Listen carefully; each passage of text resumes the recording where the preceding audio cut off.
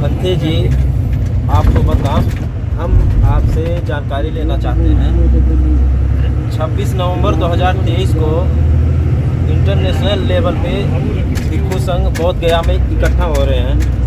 तो किस कार्य के लिए इकट्ठा हो रहे हैं, वहाँ पर क्या मांग है जो ऐसा हो रहा है, बल्कि जानकारी मिली मुझे सोशल मीडिया के माध्यम से कि वहाँ पर 25 नवंबर को सब लोग आ जाएंगे और कुछ बड़ा आंदोलन होने वाला है। वो कैसी आंदोलन है?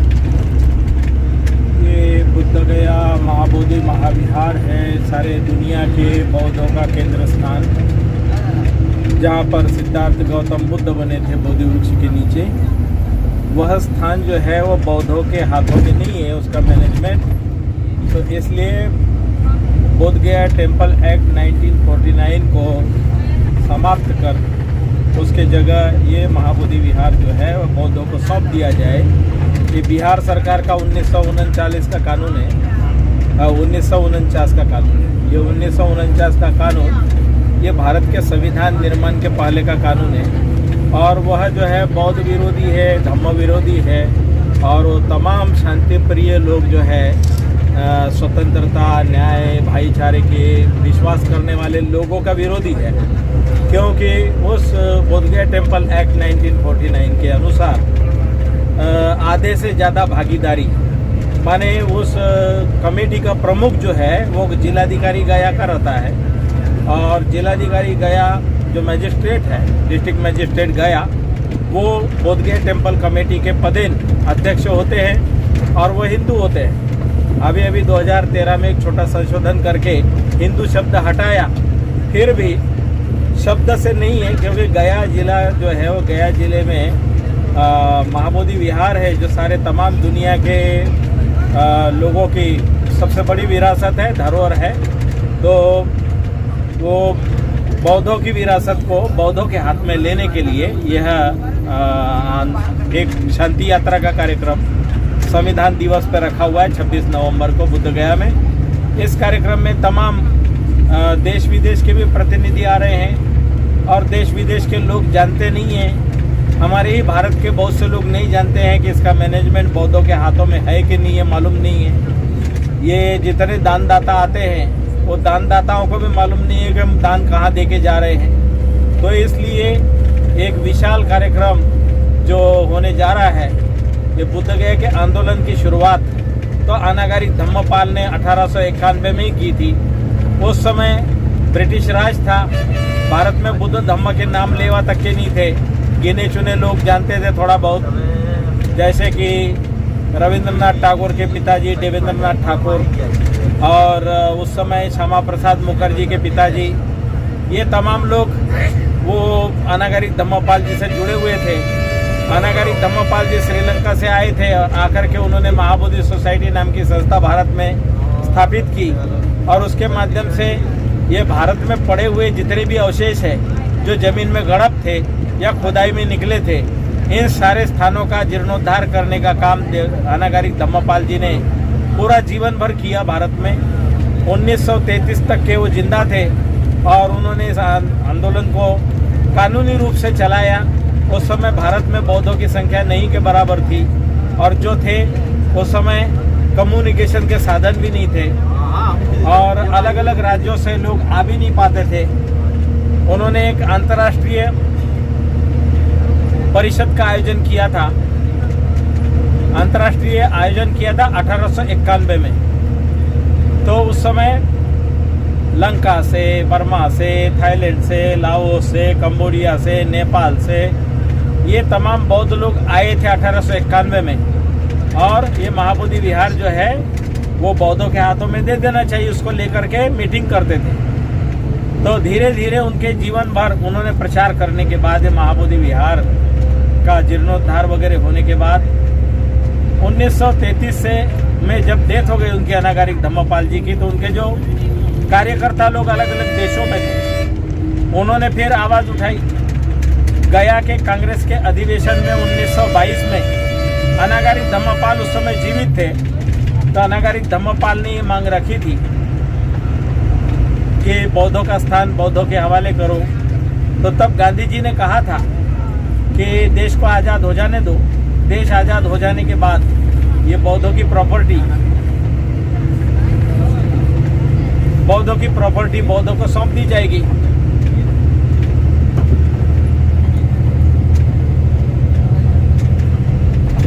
तो 1922 में गया कांग्रेस के अधिवेशन में गांधी जी ने आश्वासन दिया था कि देश को आजादी हो जाने दो, देश आजाद हो जाने के बाद ये बौद्धों की प्रॉपर्टी हम बौद्धों को सौंप देंगे। उस समय चित्तरंजन दास गया कांग्रेस अधिवेशन के अध्यक्ष थे और अनागारी धम्मपाल जी की ये जो मांग थी, उस समय महापंडित राहुल संकृत्ययन चित्तरंजन दास जी से मिलने गए कि बुद्ध गया के मामले को लेकर के बात करने के लिए। घंटों बैठे रहे, मुलाकात नहीं हुई, बात नहीं हुई। तो मेरी जीवनी भाग 1, भाग 2, भाग 3, भाग 4 ऐसे जो राहुल संकृत्ययन जी की जीवनी है, उसके अंदर में गया कांग्रेस के 1922 का वर्णन आया हुआ है। और चित्तरंजन दास जो कि बौद्धों की बात ये गया के राष्ट्रीय अधिवेशन में नहीं सुनी गई, उसको नाराजगी व्यक्त करते हैं कि ऐसे अध्यक्ष किसी काम का नहीं है, क्योंकि गया का मुद्दा जो है ये गया के कांग्रेस में उठना, राष्ट्रीय अधिवेशन में उठना चाहिए था। तो यह जो मांग है बरसों पुरानी मांग है, ये बौद्धों की, दुनिया के बौद्धों की बरसों पुरानी मांग, क्योंकि अनागरिक धम्मपाल ने 1891 में बुद्ध गया में महाबोधि सोसाइटी की स्थापना की और ये धम्म ध्वज लहराया था। और उस सभा में जापान से प्रतिनिधि आए हुए थे, बर्मा से आए हुए थे, लंका से आए हुए थे, नेपाल से आए हुए थे। और उस समय मामला ये गड़बड़ा गया कि वहां जापानी झंडा लगाया गया। जापानी झंडा लगा हुआ देख करके ब्रिटिश गवर्नर को गुस्सा आया। ब्रिटिश गवर्नर ने बोध गया के महंत को जाके बोला कि ये जापानी लोग यहाँ भारत से कुछ तो भी विदेशों में गड़बड़ी करना चाहते हैं, इसलिए किसी भी कीमत पर ये बोध गया का टेम्पल किसी भी कीमत पे बेचना नहीं है। क्योंकि अनागारिक धम्मपाल ने जापान में चंदा इकट्ठा करना शुरू कर दिया था कि ये महाबोधि महाविहार को हम खरीद लेंगे, ये महाबोधि विहार जो है इसको बौद्धों के लिए अलग कर लेंगे।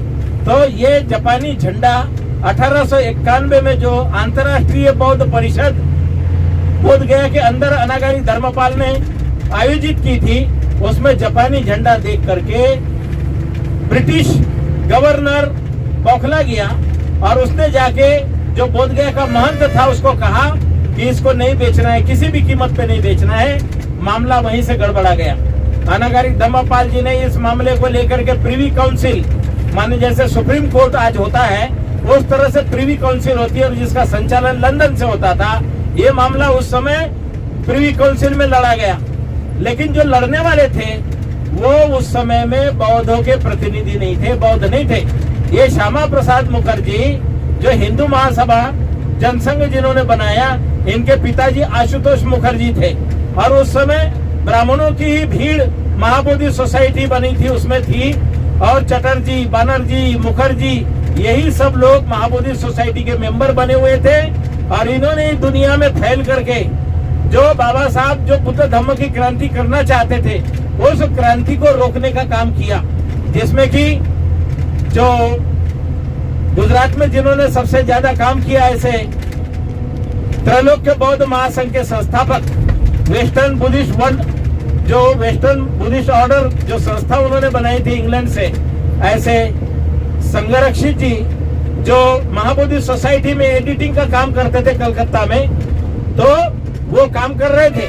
श्यामा प्रसाद मुखर्जी उस समय में अध्यक्ष थे महाबोधि सोसाइटी ऑफ इंडिया नाम की संस्था के। तो संगरक्षित जी अपने जीवनी में लिखते हैं कि एक बार मैं मुंबई में गया, परेल में डॉक्टर अंबेडकर से मिला, तो डॉक्टर अंबेडकर ने लाल लाल आंखें करते हुए और मुझे मारने जैसे गुस्से में बोला, वो बंगाली ब्राह्मण श्यामा प्रसाद मुखर्जी और वो महाबोधि सोसाइटी भारत में बुद्ध धम्म का कार्य करेंगे। ये जिन्होंने बुद्ध धम्म को भिक्षुओं की हत्याएं की और बुद्ध धम्म को नाश किया, क्या वो लोगों से अपेक्षा करते हो कि भारत में बुद्ध धम्म का विकास होगा? तो यह बात संगरक्षित जी ने अपने जीवनी में लिख के रखी हुई है। वो ब्रिटिश थे, उन्होंने सही सही बातों को नोट करके रखा। तो इस देश में महाबोधि सोसाइटी नाम की जो संस्था है, महाबोधि सोसाइटी ऑफ इंडिया, इस संस्था में 75% बंगाली और विशेषतः ब्राह्मीण गैर बौद्ध लोग की भीड़ थी।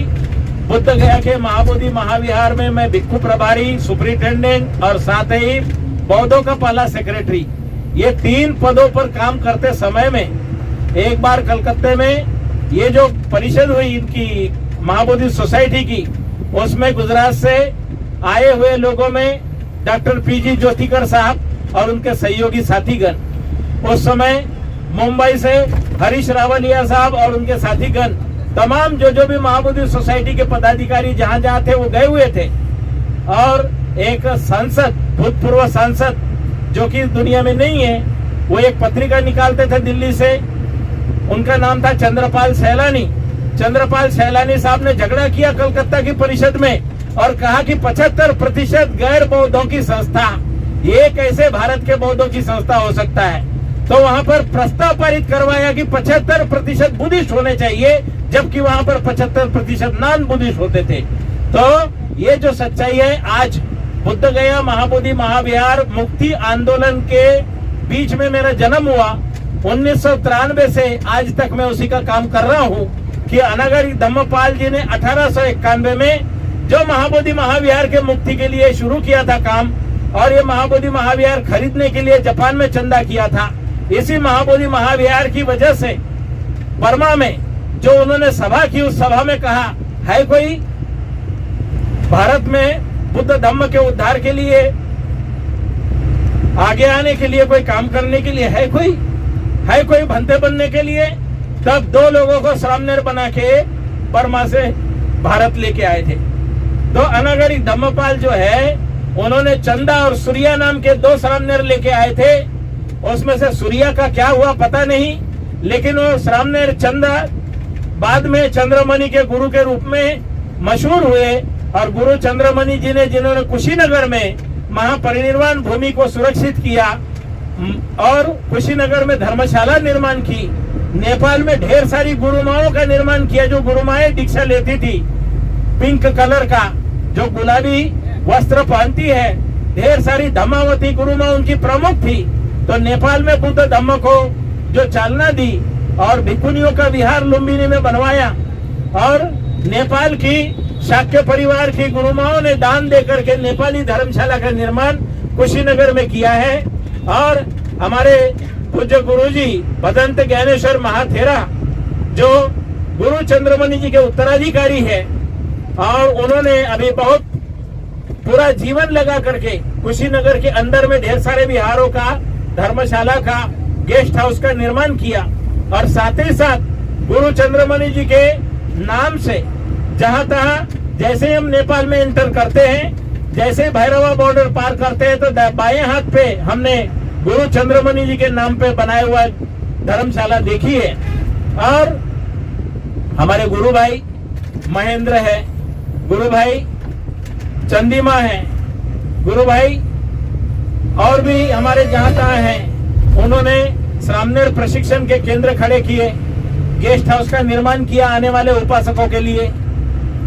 तमाम जो हम लोग काम कर रहे हैं, तो मेन मकसद है कि प्रबुद्ध भारत निर्माण हो। बाबा साहब ने जो भारत में समानता, स्वतंत्रता, न्याय और भाईचारे के लिए संविधान दिया है, ये संविधान सही मायने में लागू हो और सभी लोगों को अपना हक और अधिकार जो बराबरी में है, जैसे सूरज की रोशनी सभी को बराबर है, हवा बराबर है, पानी बराबर है, उसी तरह से धन और धरती पर भी, और भारत के जो खजाना है, उस खजाना में भी हमारा बराबर का हिस्सा है। वो हिस्सा हमें कैसे मिले, सभी लोगों को सुख शांति कैसे मिले, इसी के लिए प्रबुद्ध भारत का निर्माण करने के लिए बाबा साहब ने जो काम किया, उस प्रबुद्ध भारत को निर्माण किया। लेकिन वो जनता के दिमाग में अभी समझ में नहीं आया, क्योंकि जनता के दिमाग में अभी काई जमी हुई है अज्ञान की, काई जमी हुई अंधश्रद्धा की, काई जमी हुई है ढेर से पाखंडता की। तो ये पाखंड वगैरह की काई को निकालना, दिमाग में से सफाई करना, मत परिवर्तन करना, उसको सच्चाई को समझाना। अंधविश्वास में भटक रहे, कोई रविदास पंथ में भटक रहे, कोई कबीर पंथ में भटक रहे, कोई नानक पंथ में भटक रहे, कोई दादू में, तो तो कोई रामा स्वामी में, तो कोई राधा स्वामी में, तो कोई किसी बाबा के नाम से, कोई किसी चोटी वाले के नाम से, कोई अलग अलग अंधकार में भटकने वाले लोग जो है उनको बाबा साहब ने 22 प्रतिज्ञा देकर के और कहा कि शिक्षित बनो, माने समझदार बनो, अपने दिमाग को रोशन करो, सच और गलत क्या है उसको जानो, पहचानो और उसके बाद मानो, और अगर समझ में नहीं आता तो छोड़ दो। तो हम लोग जो बुद्ध गया में अभी जा रहे हैं 26 नवंबर के, वहाँ जो विश्व शांति के लिए रैली रखी हुई है। विश्व शांति कब संभव है? जब सभी को समानता, स्वतंत्रता, न्याय और भाईचारा मिलेगा तब। और दुनिया के तमाम बौद्ध आकर के आंख मूंद करके जो दान डालते हैं दान पेटियों में, वो दान जाता कहाँ है? जहाँ पर सुजाता ने खीर दी थी वहाँ पर ढेर सारे बदमाश लोग टेबल कुर्सी लगा करके रसीदें काटते हैं 3 महीने तक के। कुछ ईंटें रख लेते हैं, कुछ सीमेंट रख लेते हैं, और बाहर से आने वाले लोगों को लगता है कि चलो यहाँ दान देने से हमारा भला हो जाएगा। वो भला नहीं होता, और 3 महीने ईंटें वगैरह दिखाई देती है, और जैसे ही फरवरी का महीना आता है वो ईंटें भी गायब हो जाती, वो सीमेंट भी गायब हो जाता। स्कूल छोटे छोटे कुकर मुत्ते की तरह से उग जाते हैं वहाँ बुद्ध गया के आसपास, सारनाथ कुशीनगर के आसपास। बहुत से लोग काम धंधा छोड़ के, बाल मुड़ा के, अपने हाथों से चीवर पहन के बैठ जाते हैं, और जो दान यहाँ इकट्ठा करते हैं फिर जाके आराम से खाते पीते हैं और फिर बौद्धों को गालियां देते हैं। तो बौद्ध विरोधी काम करने वाले लोग जो है वो बौद्धों की लूट करते हैं, और बहुत जोर जोर से जय भीम बोलेंगे, और जाकर के उनके घर में, गांव में जाके पता लगाओगे तो वही सबसे ज्यादा बौद्धों को गालियां देने वाले लोग, बाबा साहब के विरोधी वाले लोग मिलेंगे। तो ये जो धम्म यात्रा में हम जा रहे हैं, इस धम्म यात्रा से बहुत कुछ हल होने वाला है। ये हल होगा कि दुनिया के बौद्धों का बुद्ध गया महाबोधि विहार, इसकी संचालन, इसका स्टाफ तमाम बौद्धों का होना चाहिए। सुरक्षा पर जो आज करोड़ों रुपया खर्चा हो रहा है, अभी पता चला, पिछले दिनों में 25 जून को मैं बैठक के लिए आया था, ऑल इंडिया बुद्धिस्ट फोरम ने मुझे बुलाया था, तो तब पता चला कि FCRA, जो मेरे समय में मैंने FCRA अकाउंट ओपन करवाया था 1998 में, क्योंकि विदेशों से आने वाले धन का सदुपयोग दिखाना था मुझे, तो वो बदमाश लोगों ने जानबूझ करके FCRA खत्म करवा दिया। 80 लाख रुपया फाइन भरना पड़ा। अभी कलेक्टर ने 80 लाख रुपया फाइन भरा है। तो क्या ये पैसा बौद्धों का पैसा दुरुपयोग में गया? बौद्धों का जो धन है उसका दुरुपयोग हुआ? तो 80 लाख रुपया उन्होंने भरा है, दंड भरा है, क्योंकि FCRA खत्म हो गया। तो वहां बुद्ध गया में मैंने कुछ लोगों को नियुक्त किया था, उन्होंने इतना घोटाला किया कि कोई भंते की 20 बसें चल रही है, कोई भंते का बड़ा बड़ा गेस्ट हाउस है, सोने का पेंटिंग कराते हैं बुद्ध गया में। तो सोना अभी तक के कितना आया?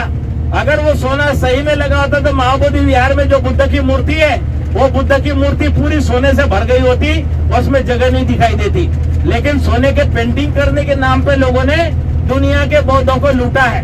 तो जो करप्शन है बुद्ध गया में, महाबोधि विहार से लूट हुई है, वो सारी बातों का फैसला होगा ये सभा के बाद।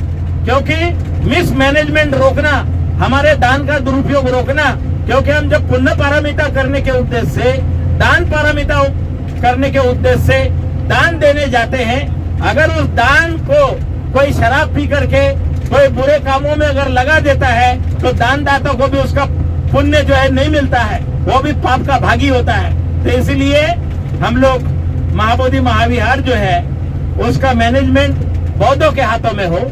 इसलिए कौन किस प्रदेश का है, किस प्रांत का है, कौन सा है, कहाँ का है, उससे हमें कोई मतलब नहीं। बौद्धों के हाथों में मैनेजमेंट होना चाहिए। इसलिए कोई महायान को मानता है, वज्रयान को मानता है, तंत्रयान को मानता है, सहजयान को मानता है, वो मत संप्रदाय, वो बात की बात है। लेकिन बौद्धों के हाथ में महाबोधि महाविहार होगा तो हम लोग महाबोधि महाविहार के माध्यम से जो दुनिया के बौद्धों का दान है उसका दुरुपयोग को रोकेंगे। साथ ही साथ उस दान से जहां तहां बुद्ध विहारों में बुद्ध मूर्तियों का जो भी वितरण करना है वो अपने अपने ढंग से करेंगे। अभी बहुत से लोग मूर्तियां दान से बौद्ध देशों से लेते हैं और भारत में लाके कस्टम के नाम पे और उसको बेचते हैं, और मूर्तियां बेचने वाला वो भी दूसरे को मूर्ति बेचता है। और कमीशन पे कमीशन का धंधा चल रहा है। तो इसलिए ये गलत कारोबार है। बुद्ध धम्म के नाम पर जो कुछ गलत हो रहा है इसको भी इस माध्यम से हम रोकेंगे। साथ ही साथ जिस तरह से सिखों की गुरुद्वारा प्रबंधक कमेटी है और तमाम सिखों के जितने भी गुरुद्वारे देश में दुनिया में चलते हैं उसका मैनेजमेंट जिस तरह से एक जगह से होता है उसी तरह से बुद्ध गया के महाबोधि महाविहार जहां पर सिद्धार्थ गौतम बुद्ध बने, बुद्ध बनने की वजह से दुनिया में ढेर सारे संप्रदाय बने, दुनिया में जहां तहां इसका जो बुद्ध धम्म का विकास हुआ। तो ये तमाम जगह गड़बड़ियां हो रही है या कुछ गलत सलत बुद्ध के नाम पे चल रहा है, इन तमाम बातों को रोकने के लिए केंद्र स्थान से ही जरूरी है। बुद्ध गया में जो छोटे छोटे अलग अलग दुकान लगाते हैं, दवा बांटते हैं, हमने 1998 में कहा था कि तमाम बुद्ध गया में जितने भी विदेशी मोनास्ट्री है तमाम सब मिलकर के एक बड़ा गेस्ट हाउस बनाते हैं, तमाम सब मिलकर के एक बड़ा हॉस्पिटल बनाते हैं। तो क्या होगा कि तमाम लोगों का दान एक जगह आएगा, लेकिन बुद्ध गया में बहुत से अबौद्ध लोग जो बौद्ध विरोधी लोग हैं, कुछ चिवर पहन के बैठे हुए हैं, कुछ लोग अलग अलग रंग रूप बना के बैठे हुए हैं, वो लोग फूट डालने में वो लोग लोगों को गुमराह करने का काम करते हैं। इसलिए ये जो 26 नवंबर में जो विशाल जो शांति यात्रा हो रही है, ये दो मुहान बोल के जगह है, दो मुहान मगध यूनिवर्सिटी के बगल में जगह है, वहां से 3 किलोमीटर की धम्म यात्रा कालचक्र मैदान में आएगी। क्योंकि बुद्ध गया में एक ही मैदान है जो कालचक्र माने दलाई लामा जी पूजा करते हैं हमेशा, तो कालचक्र पूजा करते हैं इसलिए उसको कालचक्र मैदान कहते हैं। तो कालचक्र मैदान में आएंगे, वहां सभा होगी। और सुना है कि अभी जो वर्तमान सेक्रेटरी नई बनी हुई है हमारी महाश्वेता महारथी, उसका पुराना बचपन का नाम गोपा है और मुझसे बहुत पुराना परिचय है। उनके पिताजी उपेंद्र महारथी वो पद्म भूषण वैसी उनको पदवी मिली थी, बहुत फेमस आर्किटेक्ट थे। तो अभी वो फिलहाल सेक्रेटरी है, महिला सेक्रेटरी है बुद्धिस्ट पाली। और राजगीर जो बुद्धिस्ट सोसाइटी है वो राजगीर बुद्धिस्ट सोसाइटी की भी वो सेक्रेटरी रही है। और मेरा परिचय 1995-96 से है उनके साथ में। तो उन्होंने कालचक्र मैदान में अनुमति नहीं दी है ऐसे मुझे सूचना मिली है। हमें अनुमति की कोई जरूरत नहीं है। हम बुद्ध गया में जाने के बाद महाबोधि विहार जो है, महाबोधि विहार में परिसर में सारे लोग जहां भी आए वहीं पर बैठ करके अपनी सभा करेंगे। क्योंकि हमने बहुत सी सभाएं की है, महाबोधि विहार के पूरे प्रांगण में सभाएं की है। आज तक के 30 सालों में छोटे छोटे 2 दिन के भी धरना प्रदर्शन किए हैं और 86 दिन 86 डे धरना भी हमारा बुद्ध गया में चला है। इसलिए हमें सर्दी के भी अनुभव है, बारिश के भी अनुभव है और गर्मियों का भी अनुभव है।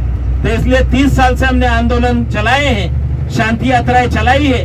और इस बार सबसे ज्यादा संख्या में जो हिमालयन रेंज के लोग हैं, सिक्किम से लगा करके दार्जिलिंग, कालिम्पोंग, सिलीगुड़ी और नेपाल, भूटान और हिमालय रेंज में हिमाचल, लाहौल स्पीति, लेह लद्दाख, ये तमाम ठंडे मुल्क के जितने भी बौद्ध यहाँ आते हैं जाड़ों में वो तो सामने रहेंगे ही।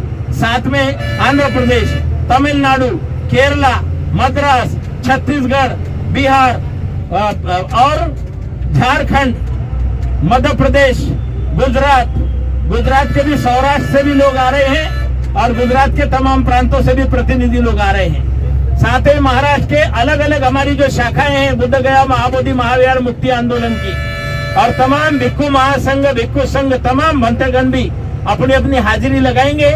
बहुत से लोग नहीं आ पाएंगे क्योंकि 26 तारीख को, 27 तारीख को कार्तिक पूर्णिमा है और बहुत से लोगों के कार्तिक पूर्णिमा का आयोजन किया है। लेकिन फिर भी कुछ लोग अपने संदेश वहां से बना के भेजेंगे और मुझसे पिछले 2-3 महीने में कहा है कि बंते जी हमारा वार्षिक समारोह होता है, हम आपके साथ हैं। तो बुद्ध गया का जो महाबोधि महाविहार है ये इसका मैनेजमेंट पूरी तरह से बौद्धों के हाथों में होना चाहिए। इसलिए इसको लेकर के कार्यक्रम 1 सितंबर को हमारे ऑल इंडिया बुद्धिस्ट फोरम के प्रतिनिधिगण दार्जिलिंग अपने यहाँ धर्मशाला गए थे दलाई लामा जी से मिलने के लिए। उसमें बुद्धिस्ट इंटरनेशनल नेटवर्क के प्रमुख प्राध्यापक डॉक्टर विलास खरात भी गए हुए थे। और ये हमारी बौद्ध विरासत भारत में जहाँ तक बिखरी हुई है उसकी सुरक्षा करना, उसका संवर्धन करना, विदेशों से आने वाले धन का सदुपयोग करना, इसके लिए तमाम पूरे देश में हम लोग काम कर रहे हैं। और हमारी हर गांव में जो भी यूनिट है, जो भी हमारे गांव-गांव में बाबा साहब के मानने वाले लोग हैं, और जो बौद्ध बने हुए, जो बौद्ध बन रहे हैं और जो बनने वाले हैं, क्योंकि प्रबुद्ध भारत का निर्माण बाबा साहब ने उस समय जो बताया और जो किया, भारत का संविधान दे करके, भारत के ध्वज में धम्म चक्र दे करके, भारत की राजमुद्रा में अशोक स्तंभ दे करके, और धम्म चक्र प्रवर्तनाय राष्ट्रपति जहां बैठते हैं उसके पीछे लिख करके जो भारत को प्रबुद्ध राष्ट्र बनाने का बाबा साहब ने काम किया। बस हमें केवल प्रचार करने की जरूरत है, प्रचारकों की जरूरत है, सही प्रचार प्रसार की जरूरत है। बाबा साहब ने जो काम करके दिया, जो महापंडित राहुल सांकृत्यायन क्या कहते हैं, बाबा साहब ने जो बुद्ध धम्म का झंडा गाड़ दिया है, दुनिया की कोई ताकत उसे हिला नहीं सकती। इसलिए केवल जरूरत है इसे सद्धम्म के प्रचार और प्रसार की, सही जानकारी देने की और सही दिशा में एक साथ आगे बढ़ने की। तो सभी का जय मंगल हो, कल्याण हो।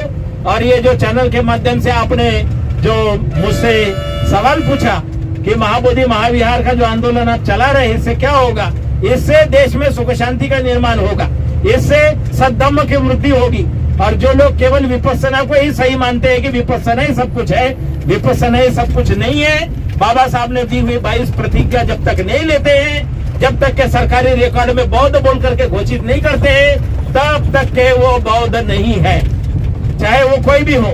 बौद्ध होने के लिए सरकारी रिकॉर्ड में उसको घोषणा करना है कि मैं बौद्ध हूँ, सरकारी रिकॉर्ड में बताना है कि मेरा परिवार बौद्ध है, तो तब जाके उसकी गिनती बौद्धों में होगी।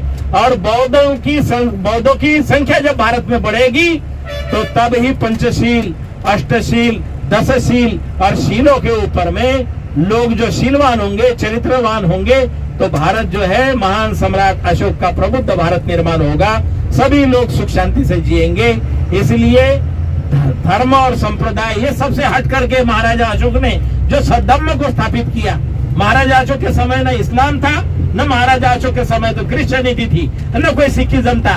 ये सब बाद में आए हुए पोता पोती नाती की तरह से, बच्चा बच्ची की तरह से इस्लाम, सिखिज्म, क्रिश्चियनिटी, कबीर पंथ, रामानंदी, दादू दरिया, दयाल, मुक्ताबाई, तुकाराम, छत्रपति शाहू जी महाराज, ये सब ये बोधि वृक्ष के तने में लगे हुए पत्ते और डालियों की तरह से है। इसलिए मेन जो जड़ है वो बुद्ध का धम्म है, जो बुद्ध ने पाया है, सद्धम्म है।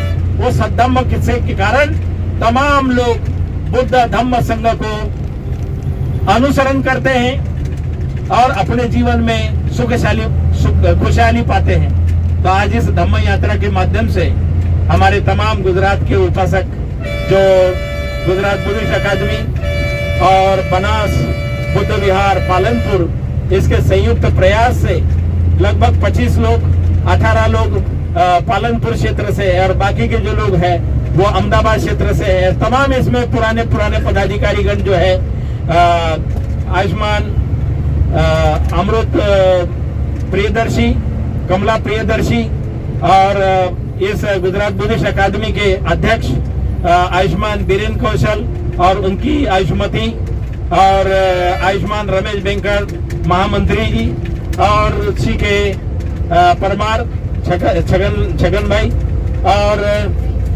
डॉक्टर ये राहुल, आपने क्या बोलते हैं, सतीश राष्ट्रपाल जी पालनपुर से, बनास बुद्ध विहार पालनपुर के प्रमुख और उनके तमाम साथ में आए हुए साथीगण और जितने भी तमाम छोटे छोटे बच्चे इस धम्म रैली में, धम्म यात्रा में शामिल है।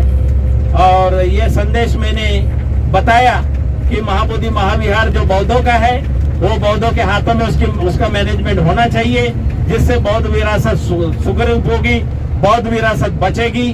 और जो हिंदू राष्ट्र का बखेड़ा है, ये हिंदू राष्ट्र नहीं है। अगर हिंदू राष्ट्र होता तो लोगों को समानता होती, लोगों को न्याय होता, लोगों को भाईचारा होता। ये हिंदू राष्ट्र के नाम पे ब्राह्मण राष्ट्र निर्माण करने की साजिश है।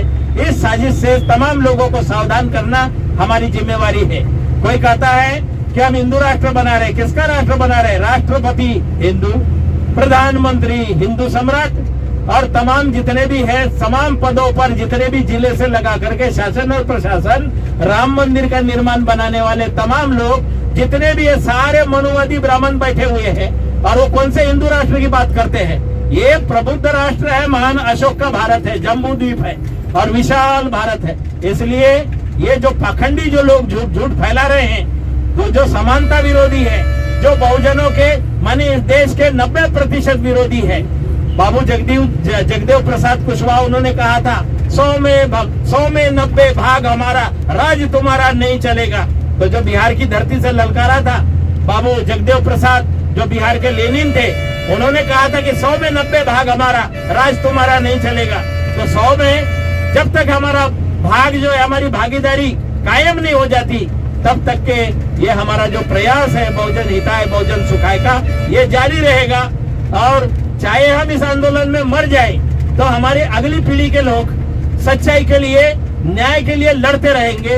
तो इसलिए बाबा साहब ने कहा था, लड़ो भिड़ो और अपने अधिकारों के लिए संघर्ष करो, और संघर्ष ही करते रहो, क्योंकि संघर्ष हमारा नारा है और संघर्ष हमारा नारा है। हम सब जय भीम वाले जो है नारा लगाते हैं और लड़ते भिड़ते हैं। तो आज की धम्म यात्रा में सभी को नमो बुद्धाय, जय भीम, जय प्रबुद्ध भारत।